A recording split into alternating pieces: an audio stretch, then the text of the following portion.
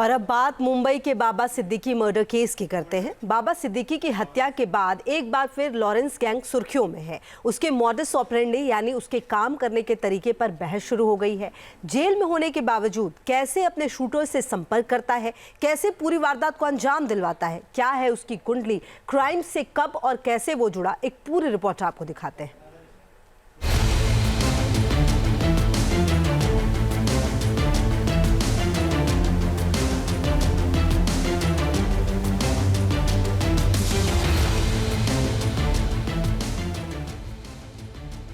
पहले क्राइम की साजिश रचना, उसके बाद गुर्गों के हाथों साजिश को अंजाम तक पहुंचाना और फिर कबूलनामा भेजकर सनसनी मचा देना।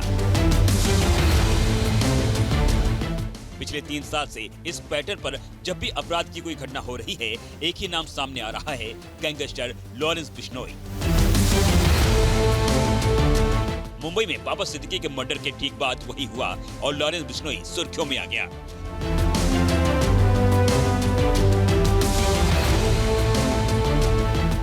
लॉरेंस की असली जिंदगी की हकीकत भी ऐसी है, किसी फिल्मी स्क्रिप्ट की तरह। एक आम हिंदुस्तानी परिवार में पैदा होने वाला ये गैंगस्टर अपराध की दुनिया में अब बेहद कुख्यात हो चुका है। लॉरेंस का जन्म 1993 में पंजाब के फाजिल्का में हुआ था। पुलिस रिकॉर्ड में लॉरेंस का नाम सतविंदर सिंह, पिता पहले पुलिस में थे, बाद में किसान बन गए। पिता आईएएस ऑफिसर बनाना चाहते थे। 12वीं की पढ़ाई करने के बाद लॉरेंस ने चंडीगढ़ के डीएवी कॉलेज में दाखिला लिया, जहां उसने एसओपीओ नाम से छात्र संगठन बनाया और कॉलेज में छात्र संघ का चुनाव लड़ा। लेकिन चुनाव हारने के बाद छात्र राजनीति के गैंगवार ने लॉरेंस के हाथों में बंदूक थमा दिया।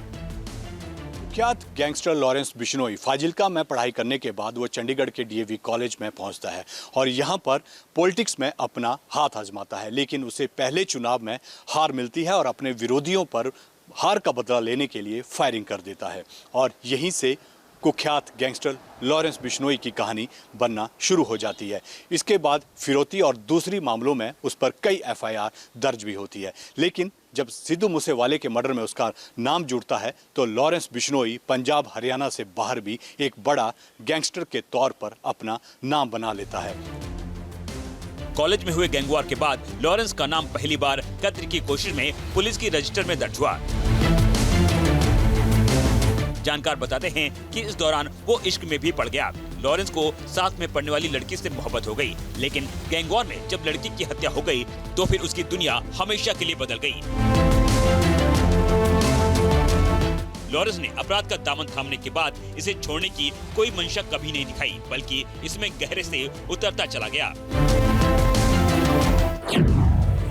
जानकारी के मुताबिक लॉरेंस को गुरदासपुर के गैंगस्टर जग्गू भगवानपुरिया ने क्राइम को अंजाम देने के शुरुआती पाठ सिखाए थे, जिसके बाद साल 2012 में लॉरेंस क्राइम के संगठित सिंडिकेट का हिस्सा बन गया।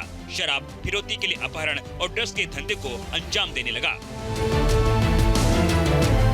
छात्र राजनीति के वक्त ही लॉरेंस और गोल्डी बरार की दोस्ती शुरू हुई थी। इस दोस्ती ने ही लॉरेंस बिश्नोई गैंग को जन्म दिया। गोल्डी बरार ने आज की तारीख में दुनिया के अलग अलग मुल्कों से इस गैंग को चलाने की जिम्मेदारी उठा रखी है। पंजाब में छात्र चुनाव में हुए गैंगवार में नामजद होने के बाद लॉरेंस को पहली बार साल 2014 में गिरफ्तार किया गया था। उसे भरतपुर जेल में बंद किया गया था, लेकिन पेशी के लिए मोहाली ले जाते वक्त वो फरार होकर नेपाल भाग गया। हालांकि 2016 में लॉरेंस को दोबारा गिरफ्तार किया गया। फिर 2021 में मकोका के मामले में दिल्ली के तिहाड़ जेल में बंद कर दिया गया। जेल में रहते हुए जेल के अंदर से गैंग कैसे चलाया जाता है, लॉरेंस ने इसमें महारत हासिल कर ली। 2022 में पाकिस्तानी जहाज से गुजरात के कच्छ में ड्रग्स की खेप पकड़े जाने में भी लॉरेंस का नाम आया था।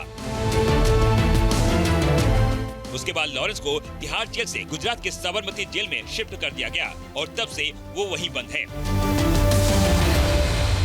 लेकिन उसका लगातार फैलता क्राइम सिंडिकेट खुलेआम वारदातों को अंजाम दे रहा है। Team news nation.